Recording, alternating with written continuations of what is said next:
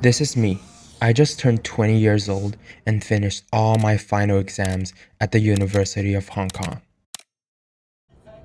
I've been obsessed with traveling around the world with my whole life.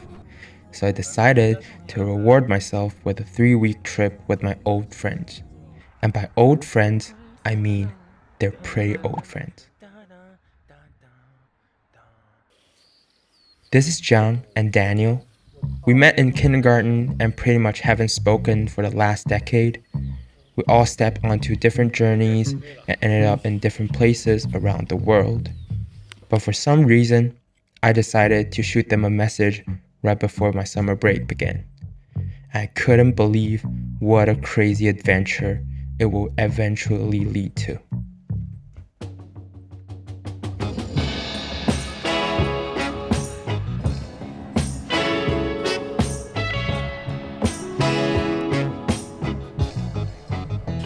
I don't ask for too much. Oh, but I need more than nothing. And though a little bit of your touch wouldn't be enough, it's only After 5 hours of driving, we'd driven over 400 kilometers of highway and arrived at our first stop, Sayram Lake.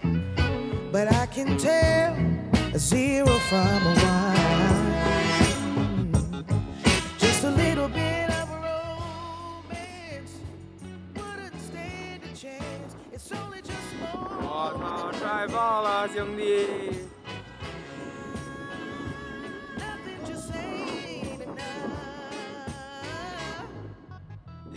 No, I'm not on your back, and I'm not on my knees. It's the final destination of the warm, moist air currents from the Atlantic, which is why it's also known as the Atlantic's last tier. Even on your mind, I'm not breathing down your neck.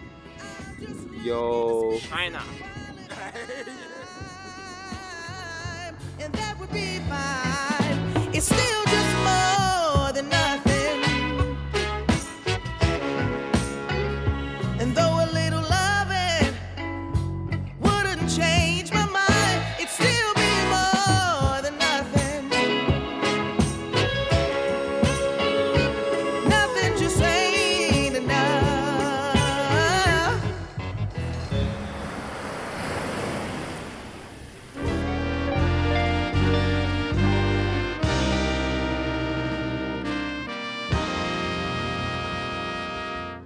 We spent several hours driving and stopping, enjoying the time that only belonged to me and the boys. No plans, no rush. Just pulling over whenever a view caught our eye or someone needing to use the restroom. It was the kind of aimless afternoon that makes a road trip feel less like traveling and more like finally catching up on a decade's worth of nothing and everything all at once.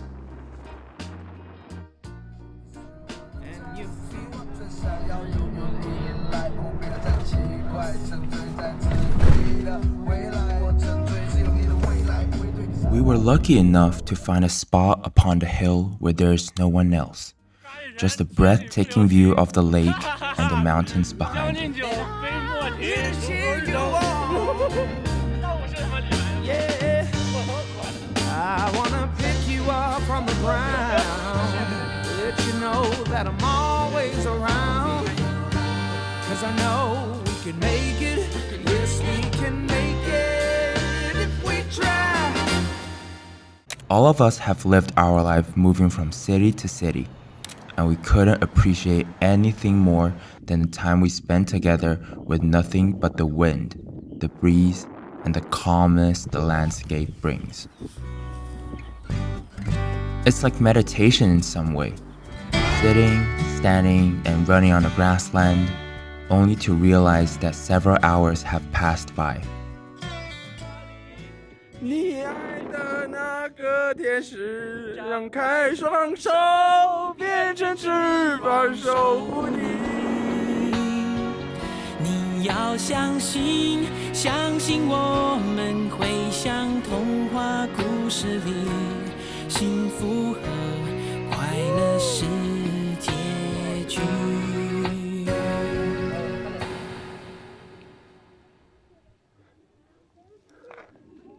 Looking back, it's a shame we didn't decide to camp beside the lake that night. But oh man, did we have a hell lot of fun. Dude, look at this view. It's endless, bro. What the hell? Just endless hills covered with grass and this unknown plant that I can't call the name because I've never seen it before in Hong Kong, and thousands of grasshoppers. What the hell? But it's so cool. Look at this. Look at this scene. What? This is where it's better to view in person rather than through a camera. This looks liminal space.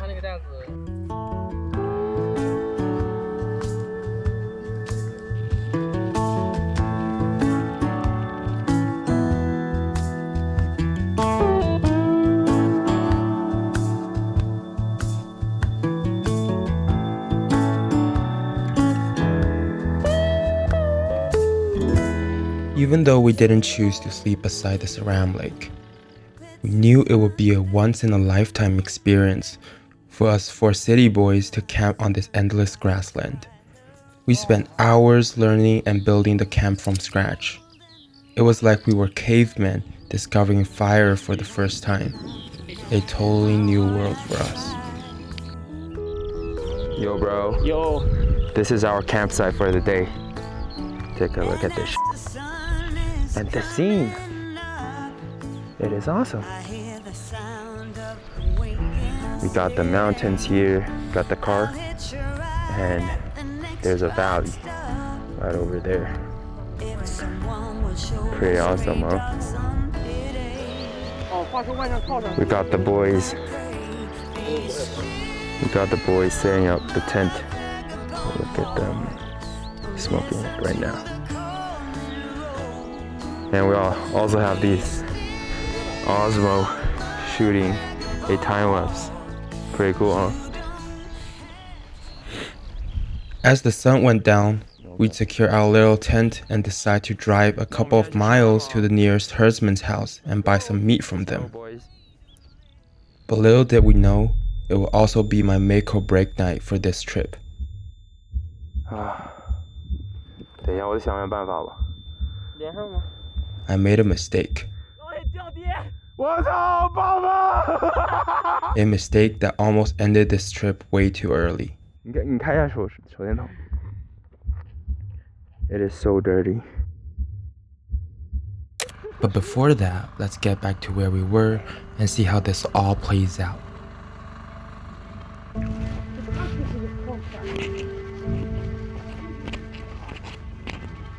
We arrived at the herdsman's house and were attempting to buy some lamb for our dinner. But they didn't seem to recognize any language we spoke, and we didn't speak their native language either, so it was a difficult time communicating with them. Fortunately, Jiang has a local friend who spoke their language, so he was assigned this important mission of getting us some food through his phone with his friend, and saving us from a cold, starving night. Meanwhile, Daniel and I were having a great time taking pictures and enjoying the view of the grassland, waiting for him to finish the order. Eventually, the shepherd understood our request and was friendly enough to give us an extra bag of homemade noodles. However, at that moment, I, who was completely in the dark, had no idea that the cell phone in my pocket has already disappeared. I'm leaving. My phone is still in the car. I need to get my phone. It took me around 20 minutes to figure out that my phone was gone, and I called Daniel to come with me to look for my phone back at our camp. Bro, 我的手机找不到了，然后现在只能拿这个找，只能拿我电脑找，然后电脑现在这个因为太偏了，所以也没有网络。 然后我麦克风线也摘了，所以音质不太好。But anyway， 完了，兄弟，找不到了。你的包里也没有吗？嗯，包里也没有。包里没有，没找着。At this exact moment, I thought I was cooked. We were in the middle of nowhere, and without a phone, there was basically no way to pay, navigate, or continue the trip with my friends. Well, unless we drove several hours to the nearest city and bought a new one. But we chose another route. We decided to recall everything that happened in the past hour, and I mean literally everything.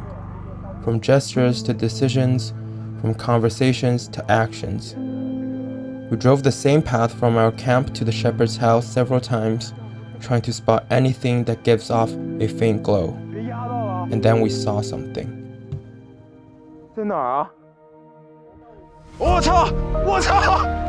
我找到了 ！I found it! What the hell? 快下车 ！It's right here! It is right here! What the hell? 我操！宝宝！我操 ！What the fuck? It is so dirty, but we have secured the phone. Holy fuck! 对，我操，牛逼！我操！我操！但是找到了。Oh my god! 天哪 Oh my god! 屌不屌啊！我操！ This is definitely one of the best feelings. When you think you've lost something and somehow managed to get it back. It literally reminds you how precious things are, and how you don't realize it until they're gone. What happened was, when we were setting up our tent, I accidentally left my phone on the hood of the car, and slid off while we were on our way to the shepherd's house. I put my phone back into my pocket and zipped the zipper up so something like this would never happen again. And once that little panic faded, I swear, the world around us suddenly felt a lot brighter. We settled down beside the camp with our meal, lit up a little camp light, and truly started soaking in the night sky and the endless grassland with the boys. 为啥要把门关了？羊肉，羊肉，掉下去。这是很新疆的做法。后备箱。大哥能来吃饭了吗？不是要他们拿纸巾吗？帮我拿下，擦手。你说吧，我操！当时印尼发生什么？就是当时我跟江不是去爬火山嘛，然后呢完事当时这个，它火山那边有个那种站点，属于那种有点那种此路是我开，此树是我栽那种感觉。然后呢，要是想上山，他不让你走路，他必须得开他们的那个吉普车。之后呢，但是他那个吉普车收费非常贵啊，那个吉普车收费是1000人民币左右。然后当时我们给砍到80了，是吗？对，但是佩奇是从吉普车变成了一辆摩托车，还没有头盔，然后就扔给我们了。对，之后呢，后来我们加价加了100块钱，说他派2个人开摩托车，之后走人。之后后面发现啊，他这个1000块确实应该收，该他妈收，我操！因为上山的路特别冻，之后呢，他们那个摩托车开特别冻什么意思？很冷。哦。之后呢，我当时穿了2件衣服，但是我裤子是短裤，他刚开出10分钟，我的这个小腿已经没有知觉了。当时反正给我冻半死，之后那辆摩托车老哥也冻半死。之后呢，上山是2个小时，下山2个小时，加一块给我们砍到100人民币了。我操，他们愿意宰你也是牛逼啊！对，还有就是我们在摩托车后面要睡着了，而且是我们俩同时犯困，就是这辈子上数学课都没有那么困过啊！对，因为我们当时是，然后摩托车你知道睡着的话就倒下去，就摔在路面上了，特别危险。我已经睡了，我已经真的是睡着了，完了之后已经倒下去了，然后浮起来。浮起来。为什么困？太累了，因为他到那个地方，我们还得往上爬。没有，因为我们从那个我们订的酒店到火山楼下很早出发，我们当时那一路就是开到火山门下，差不多花了10个小时左右。之后呢，10个小时完事儿，我们当时是爬上去再爬下来，差不多爬上去是花了4个小时左右，但是我们当时已经差不多有40多个小时没有睡觉了，所以非常非常困。之后呢，当时我们是在开下来的路上，我跟江都是就是左摇右晃的，之后他妈的差点摔了好几次，我靠！我操！后来我们砍价的时候，他妈有10几个小黑围着我们在那骂我们，之后我也不知道他们在说什么。之后呢，我就跟着跟江指着骂说，我们当时说是什么？哦，对，说是我们司机送来开这么远的路，他妈才收我400人民币，你们他妈上一趟山就要收1000。之后呢，我跟他说这个我们身上已经没有钱了，我们只准备了回去的路程。你要是再收我们多的钱，我就他妈睡你这儿！我操，你能拿我怎么样？你弄死我，来弄死我！那当时你们兜里有多少钱？我们当时我们其实我们其实有钱，但是我们没有到 money changer 去换钱，然后就是他们就只收纸币。哦，只收现金。对，然后那边也没有 money changer，就很反正就必须我们也必须得。他们同意也是蛮没有搞了很久，我们跟他们砍了1个半小时左右。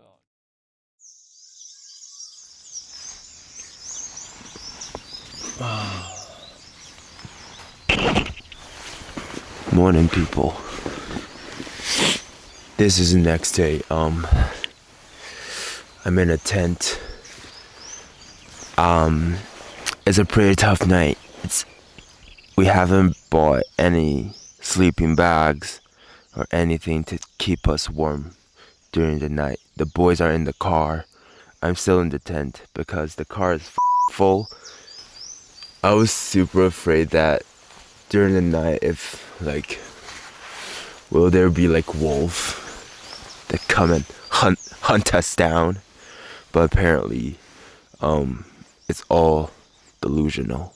Yeah, there's no wolf. My voice sounds very, I don't know.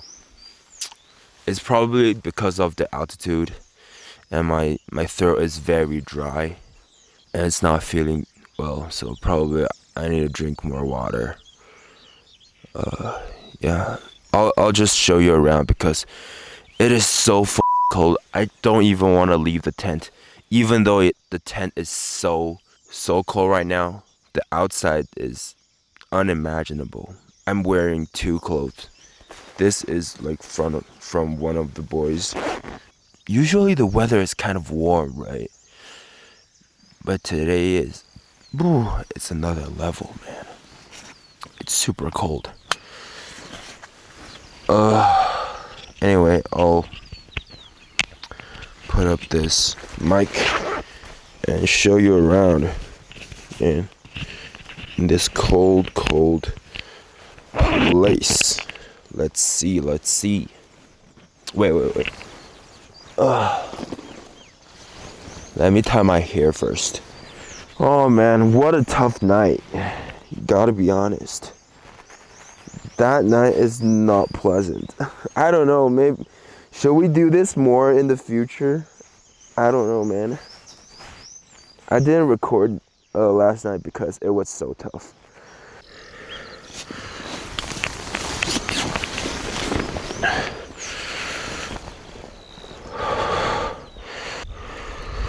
Oh, it's so bright. What the hell?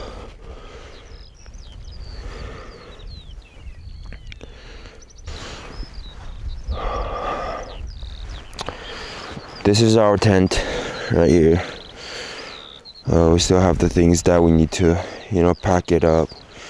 We're not leaving any trash behind because this is such a great view and we don't want to leave anything, artificial behind to ruin the environment.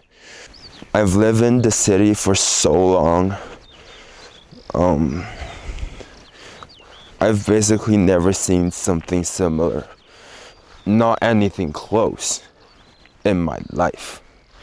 So I just want to, yap about this because it is so cool. I don't know whether you can see it because the fog, it is so white. It is like pure white. The fog is so heavy in the morning. I'll turn the aperture down so you can see the mountains over there. Pretty cool, huh? Anyway, I'll wait for the boys to wake up and probably we'll head to our next destination for today. We're not gonna stay here, but yeah.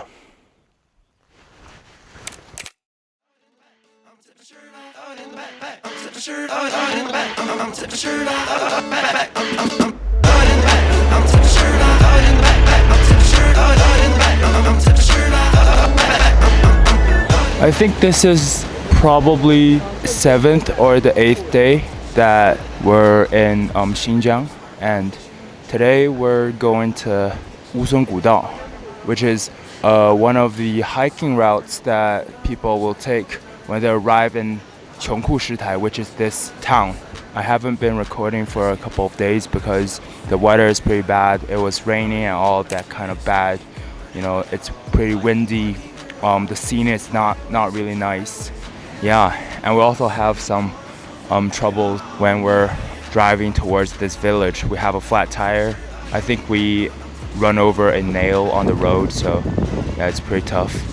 We spend like 1 or 2 hours just to fix that thing.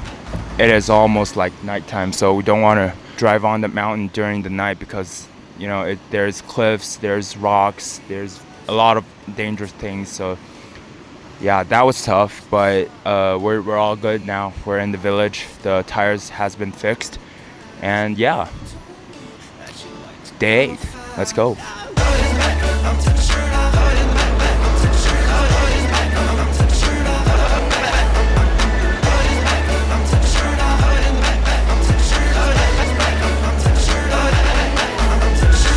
I'm already getting tired. It is really hot out here. The sun is shining, but I've taken out my jacket, so I think it's fine. Ooh, horses. Well, let's continue to hike, shall we?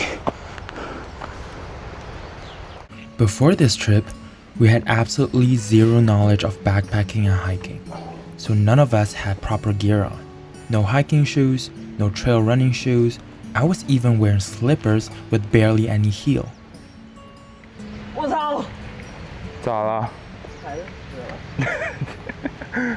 So as you expect, we only hiked for around an hour before we decided to head back to the village. But deep down, this unsuccessful little hike did spark a teeny tiny light for backpacking in my heart. And that spark gradually turned into a fire over the last couple of days of the trip. We decided to climb our first snow mountain, the peak of the Big Sister in Mountain Skluba. Originally, Skubla is a local phrase for the tutelary deity of the people who live there. But in Mandarin, it sounds like 四姑娘, which translates to the Four Sisters. And coincidentally, there are 4 peaks in this mountain range, and the peak of the Big Sister is the lowest of the 4, making it relatively friendly for mountaineering beginners. Unfortunately, Jiang has another trip coming up and couldn't stay on the trip with me and Daniel, so we had to make the most out of the next few days. 哎呀，重不重？这太重嘞！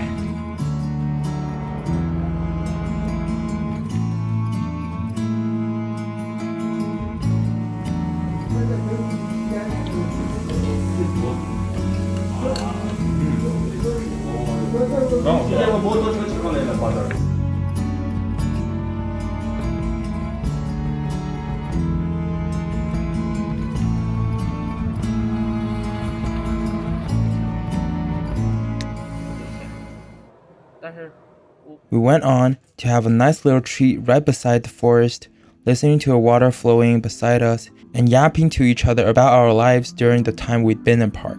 一天10个小时，从天黑搞到天亮。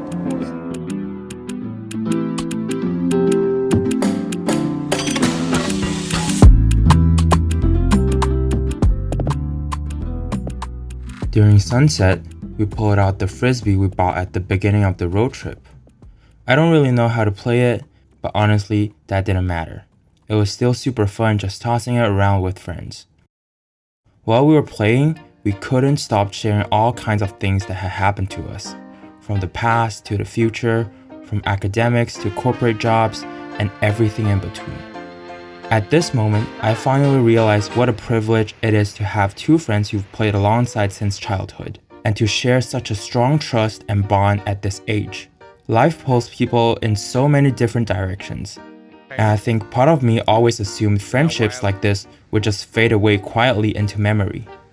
But standing there, in the fading light, throwing a frisbee none of us really knew how to use, I realized something don't fade. They just wait for you to pick them back up again.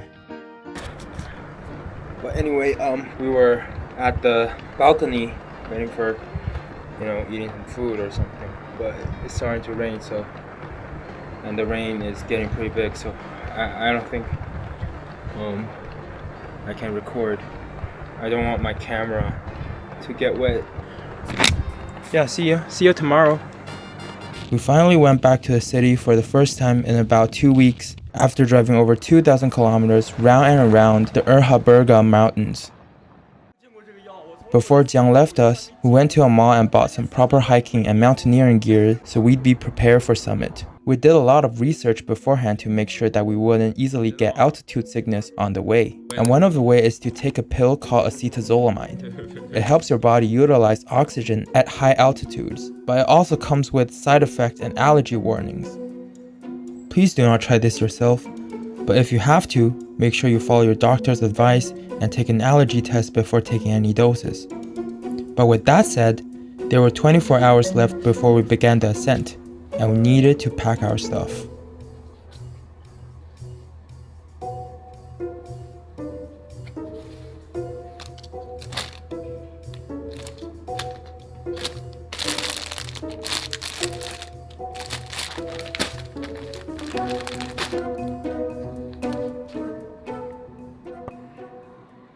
This is the last day before we go on mountaineering, and here are part of the gear that we prepared for this trip, and the other part I showed it at Xinjiang. We're at Sichuan right now, so we have the backpack, the North Face Summit Series 65 liters Cobra. Then we have this pants. I don't know what to call it. It's just like a regular windproof pant. And I also have this Arc'teryx pants for the inside. This is non-weatherproof, but it's still pretty cool to have. This one also a pant. This is made out of wool, so I can make sure that I can have some warm legs while I'm climbing the mountain. And then, of course, the jacket. We have the sun goggles right here. We have 3 knee straps, actually 4 here. We have 4 knee straps, 2 for me, 2 for Daniel. This is emergency blanket, just in case we have some emergency things. We also have a fake a fake Arc'teryx, I don't know what to call this, like a hat. I don't know, my English is bad, sorry. This is fake because we can't find a real one, and the only one they offer is fake, but hopefully it can do its job. We have this gloves, 2 hydrogels to make sure we don't run out of energy while we're on the way. Sunscreen, of course, because the UV light is pretty strong on the mountain. We also have a lipstick to make sure that my lips are well hydrated. Some batteries to make sure that our headlight works when we're going for a summit, and a headband. So yeah. Oh yeah, and a water bladder so I can stay hydrated. That's all. See you tomorrow. After almost 3 weeks on the road, it kind of felt crazy that we're ending this trip like this. Just me and Daniel walking up this mountain one step at a time. No big city, no deadlines, no notifications, just the sound of our footsteps, the wind, and us trying to catch our breath. When we first planned this trip, I thought it was just going to be a normal road trip with the boys. Drive around Xinjiang, see some beautiful views, eat good food, take some nice videos, and then go home. But somehow, it became a lot more than that. We drove for hours and hours. Sometimes we had no idea where we're going, and sometimes the road felt like they would never end. We camped by the grasslands and the mountains. We bought lamb from the local herdsman, even though we could barely communicate with each other. I also lost my phone in the middle of nowhere, which is probably one of the worst moments of the whole trip. At that time, I was panicking so much. My whole life was in that phone. My photos, my messages, everything. But looking back now, it is kind of funny. Because for a few hours, I had no phone, no signal, no way to scroll, and no way to distract myself. And I was forced to be just there, with my friends, in this massive place, trying to solve a problem together. And somehow, we found it. I think that was the whole trip in one moment. Things did not always go as planned. We got tired, we got lost, we had bad weather. I even tried hiking in slippers at one point, which is not my smartest decisions. But those little problems became the stories we kept talking about later. Not the perfect shots, not the places we saw on the map, but random moments in between. The late night conversations in the car, laughing at something that probably was not even that funny, stopping on the side of the road just because of the view looked unreal, playing frisbee while the sun was going down, and sitting there with people who have known you for most of your life. Me, Jiang, Daniel have known each other since we were kids, but as we got older, life got busy. You go to different schools, meet different people, start working, and suddenly months go by without really talking. And it is not because you don't care about each other. Sometimes life just moves too fast. You tell yourself we should catch up soon, but soon can easily become 1 year or 2 years. This trip reminded me that good friendships do not always need constant texting or calling. Sometimes all it takes is one message. You do not need to plan a 3-week road trip across Xinjiang to feel this.